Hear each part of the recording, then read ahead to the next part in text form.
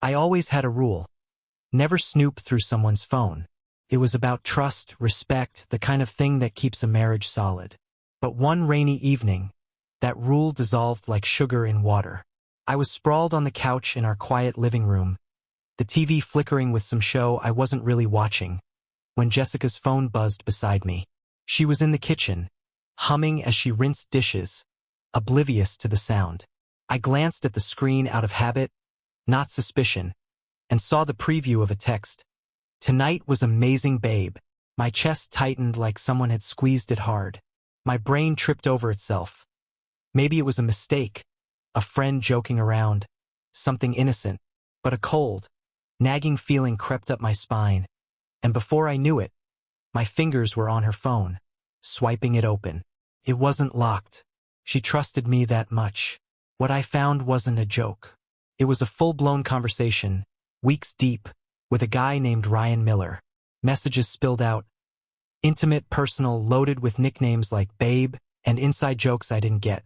There were plans to meet, compliments that made my skin crawl, even a photo of her laughing at some restaurant I'd never been to. My pulse pounded in my ears as I scrolled, each line twisting the knife deeper into whatever faith I had left. The latest text hit hardest.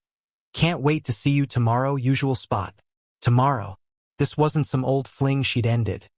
It was alive, thriving, happening right under my nose. I heard the sink shut off, Jessica's footsteps padding closer. I had seconds.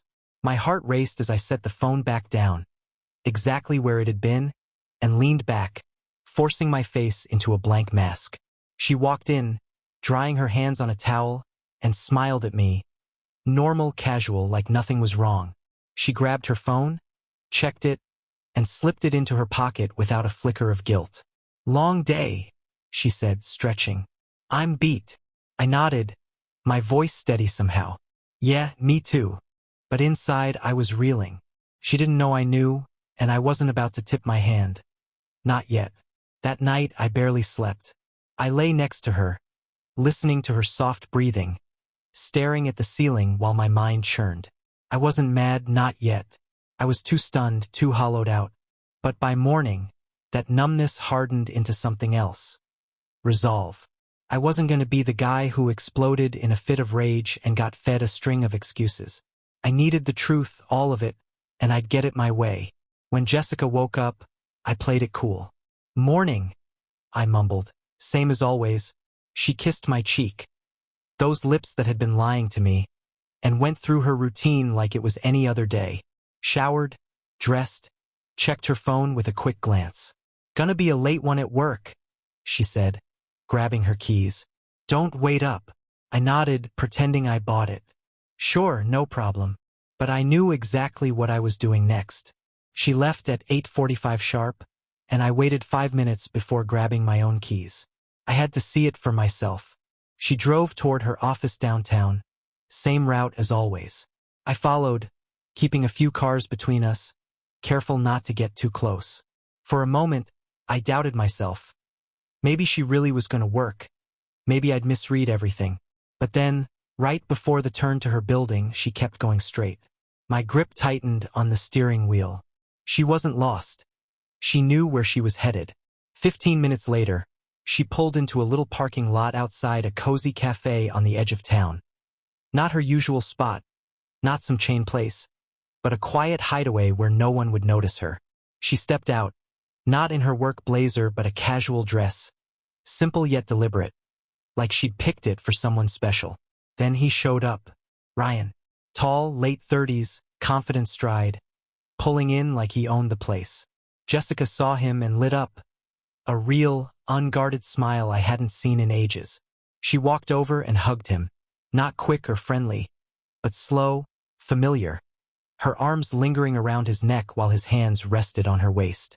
My jaw clenched so tight it ached. They went inside together. I could have stormed in right then, made a scene, demanded answers. But I didn't. That's what they'd expect. Some jealous husband losing it. I wasn't giving them that. Instead, I watched from my car, parked across the lot. Through the window, I saw them, leaning close, laughing, her playing with her hair like she used to with me, touching his arm when she talked. Then they held hands across the table, fingers laced, deliberate, like a silent promise. My blood boiled, but I kept it together.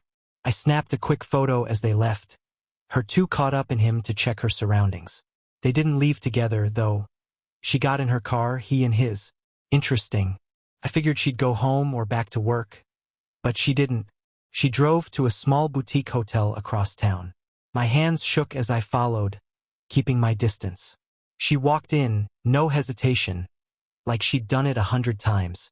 3 minutes later, Ryan pulled up and strolled inside after her, cool as anything. My mind raced. I wanted to bust in, catch them red-handed, but that'd be too easy. I had a better idea. I parked near the hotel's side exit and waited. These places always have back doors for guests who want privacy. Perfect for people like them. Sure enough, a maid came out with a cart, and I slipped in before the door clicked shut. The hallway was quiet, plush carpet swallowing my steps. I moved fast, scanning room numbers, then stopped when I heard voices. Hers, his, muffled through a door near the end. Room 212. My fists balled up, nails digging into my palms. I could have kicked it down right there, but I held back. Instead, I pulled out my phone and texted her, "Hey, how's work going?" A test. Seconds later, I heard her phone chime inside. A low laugh, then her voice light and easy. My phone buzzed with her reply. "Swamped. Meetings all day. Home late. Love you." That "love you" hit like a punch to the chest. A lie wrapped in a smile. I took a deep breath and stepped back. I wasn't just going to catch them, I was going to bury them. I pulled out a voice recorder, switched it on, and slid it under the door, flat against the carpet. Let them talk. Let them dig their own grave. Then I walked away, my mind sharp as a blade, already planning the next move. I left the hotel through the side exit, my recorder humming away under the door of room 212, capturing every word Jessica and Ryan thought was safe.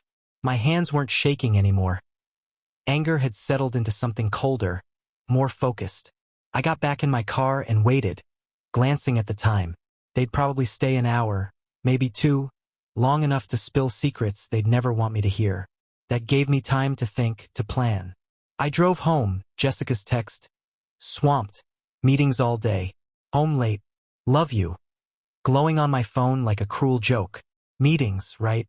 I wonder if Ryan's real estate firm knew he closed deals in hotel rooms. By the time I pulled into the driveway, my next steps were clear. I wasn't just going to confront her. I was going to unravel her whole world. First, I grabbed my laptop and logged into Jessica's cloud storage. She'd given me access years ago, back when we were solid, and never bothered to lock me out. Most of her photos were normal. Trips, dinners, selfies. But then I found a hidden folder labeled Favorites. My chest tightened as I clicked it. There they were. Pictures of her in that dress from today. Her at a bar I didn't recognize. Then screenshots of texts. Gifts from him.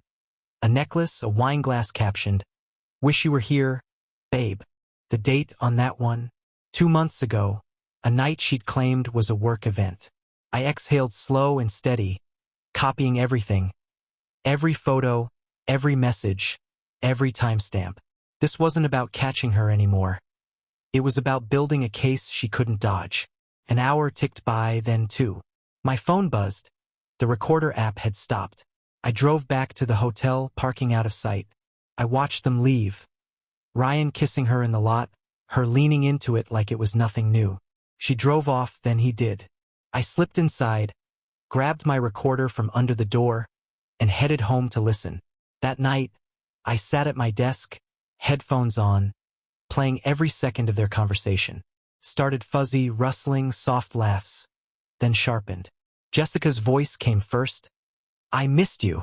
Ryan chuckled. "Missed me? We saw each other last week." "Not the same," she said, sighing. "I hate sneaking around." He hummed. "Yeah, babe. But you said he'd notice if we shook things up too quick." My grip tightened on the desk. Jessica groaned. "He's been off lately, like he's onto something, but I've kept him distracted. Distracted, like I was some clueless kid she could toy with." Ryan's tone dipped low. So when you telling him? A long pause. I don't know, she said finally. He laughed. You said that last time. I know, she snapped. But he's not a bad guy. If I tell him now, I lose the house, the life. It's gotta be smart. My breath caught. The life. Not me, not us, just what I gave her. Ryan smirked through the audio. So you'll keep lying? If it keeps things smooth for now, yeah, she said, casual as anything. I stopped it there. She wasn't torn or guilty. She was plotting, playing me while she lived her fantasy. But I was done being her pawn. The next day, I set the trap. I made backups, photos, texts, the recording, saved to drives, uploaded online, emailed to myself. She'd have no way out. Then I staged the showdown. I called her sister Ashley, her best friend Lauren, and her mom Linda, people she'd fed her perfect wife act to for years. Come over tonight, I said, voice steady. It's important. They pressed for details, but I kept it vague. You'll see when Jessica's here.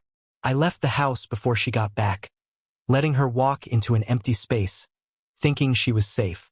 When evening hit, I returned with her family already there, sitting in the living room, confused but quiet. Ashley broke the silence. What's going on?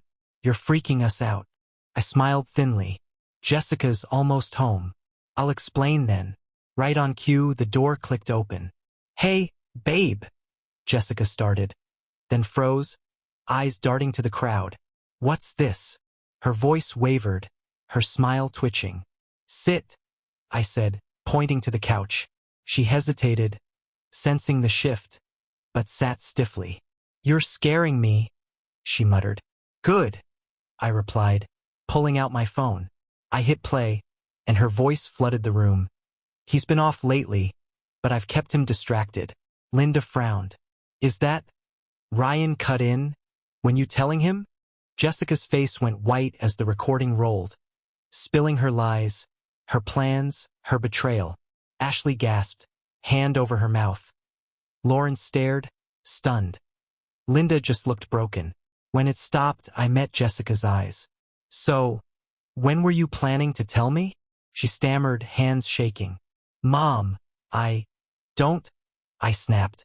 Talk to me. Her gaze darted, wild. It's not what it sounds like. I raised an eyebrow. Sounds like you've been cheating for months. Lying to my face. Tell me how I got that wrong. Tears welled up. I didn't mean to hurt you, she whispered. I almost laughed. Didn't mean to? You planned every step to keep me blind, so you wouldn't lose your precious life. Lauren shook her head. Jessica, you did this? She flailed. It was a mistake. Which part? I cut in. The affair? The lies? Waiting to ditch me when it suited you. Silence. Linda sighed, exhausted. My God, Jessica. She turned to me, desperate. Please, we can fix this. I dropped divorce papers on the table. You're done, she gasped. No, please. You had months to choose, I said coldly. You just didn't think I'd catch you. I walked out, leaving her sobbing in the rubble of her lies. Thank you for listening. If you enjoyed this story, don't forget to leave a comment and hit the like button. Share your thoughts. I'd love to hear your perspective.